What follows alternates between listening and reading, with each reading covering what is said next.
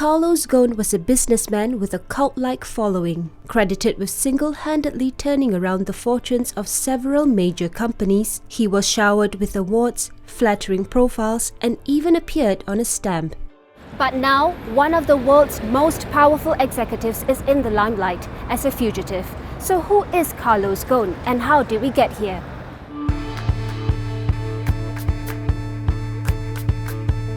This story is turning into a global catch-me-if-you-can caper. He claims he's the victim of a conspiracy to oust him. This is just cruel and they're punishing us. It was an unexpected surprise.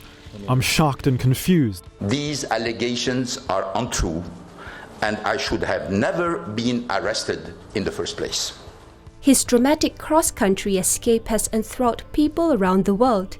Ghosn gained business fame for creating what was essentially the world's largest automaker. He held the chairman and CEO position for a strategic alliance among 3 car companies: Renault, Mitsubishi, and most famously, Nissan. And now, more than a year after he was first arrested over alleged financial wrongdoing, Ghosn has become a fugitive on Interpol's wanted list. At 65 years old, Carlos Ghosn carried out an elaborate escape from his home in Japan to Lebanon, reportedly with the help of a former American Green Beret. This was no easy feat, especially considering that he was under 24-hour camera surveillance and house arrest, with virtually no internet access. Lebanese by heritage, Ghosn is a citizen of 3 different countries: Brazil, where he was born, Lebanon, where he grew up, and France, where he was educated at some of the country's most prestigious schools. He later credited that diverse background as the main reason why he was able to make inroads in Japan's corporate culture, which has traditionally viewed foreigners with suspicion.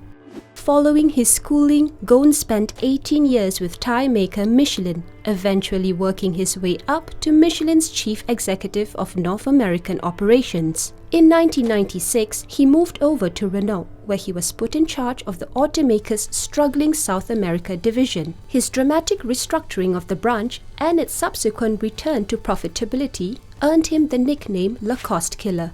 3 years later, as Renault acquired stakes in Nissan, Ghosn was sent to Tokyo for another rescue. At the time, the Japanese car maker was $35 billion in debt.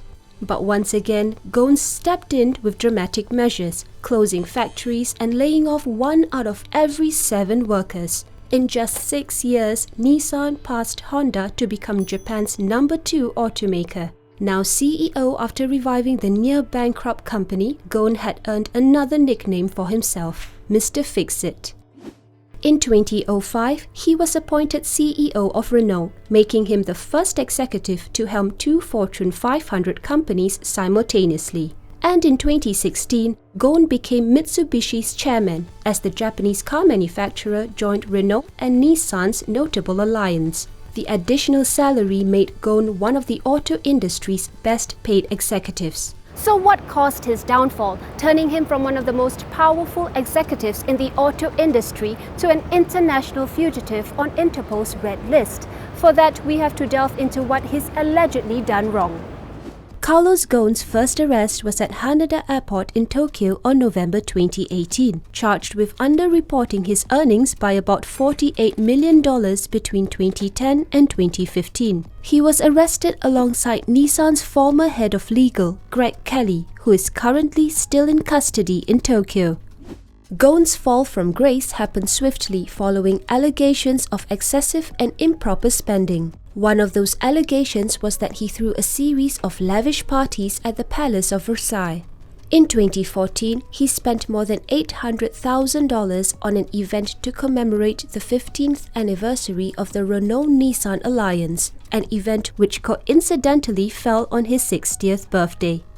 In 2016, he hosted his own wedding at the Palais, which is a subject of a further investigation by anti-fraud police in France, who claim company funds were inappropriately funneled to the value of more than $53,000. Nissan has said that Ghosn had purchased and renovated properties in Rio de Janeiro, Paris, Amsterdam and Beirut using their funds. They also say he spent hundreds of thousands of dollars of company funds on family vacations and even his children's tuitions at Stanford University.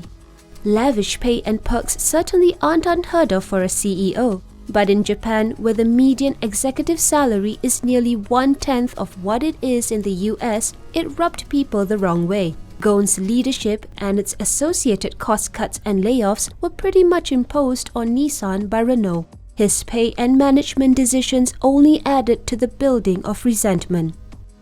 When there must have been skepticism, resentment at the beginning when you came in. It's normal. I was expecting it. I don't want people to judge me or to judge Nissan on words. I want them to judge on facts and on performance. Shortly after his 2018 arrest, Ghosn's time at the helm of Nissan, Mitsubishi and Renault came to an end. After spending more than 100 days in detainment, he was granted bail in March 2019. That release was short-lived. He was rearrested a month later as Japanese prosecutors brought fresh charges against him. This time, they claimed he illegally misappropriated $5 million from Nissan between July 2017 and July 2018. Ghosn maintained throughout this that these allegations are all unfounded and are part of a coup to remove him from power. Conditions of his second bail arrangement included house arrest and 24-hour camera surveillance. It was Ghosn's next big move that captured the world's attention. At the end of December, Ghosn managed to leave his Tokyo home and travel to Osaka. There, he snuck onto a private jet to flee to Istanbul, Turkey, and then another to his final destination, Beirut, Lebanon. Lebanon received a red notice from Interpol seeking Ghosn's location, arrest, and extradition. Ghosn, who faces up to 10 years in jail if found guilty, has professed his innocence to the charges of financial misconduct. However, Lebanon has no extradition treaty with Japan. Japanese prosecutors have also issued a warrant for the arrest of Ghosn's wife Carol, who is in Lebanon with her husband, on the basis of false statements made to a Japanese court.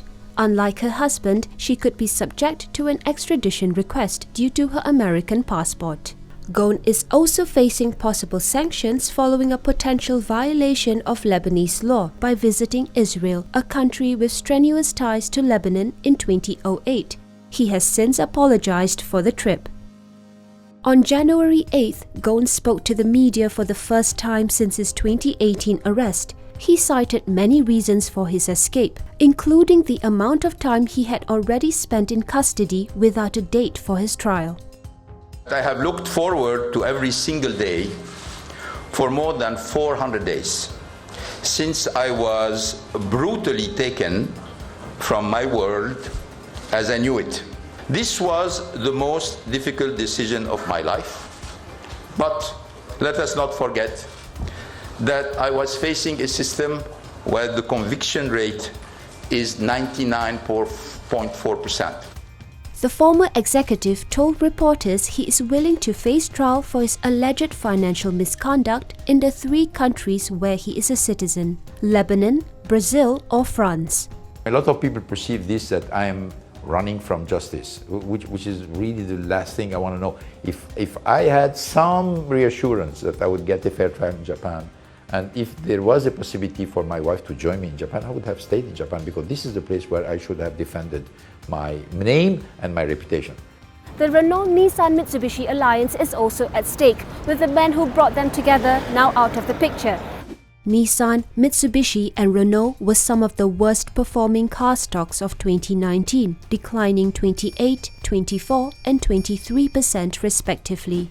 And as Ghosn mounts his defense, he has already cast a spotlight on Japan's judicial system and the country's reputation with foreign investors. What if you have to spend the rest of your life in Lebanon, though? Are you ready for that? Well, it's better than spending the rest of my life in Japan. So what's your thoughts on the Carlos Ghosn story? Share with us your comments. And for more content like this, do subscribe to our YouTube channel.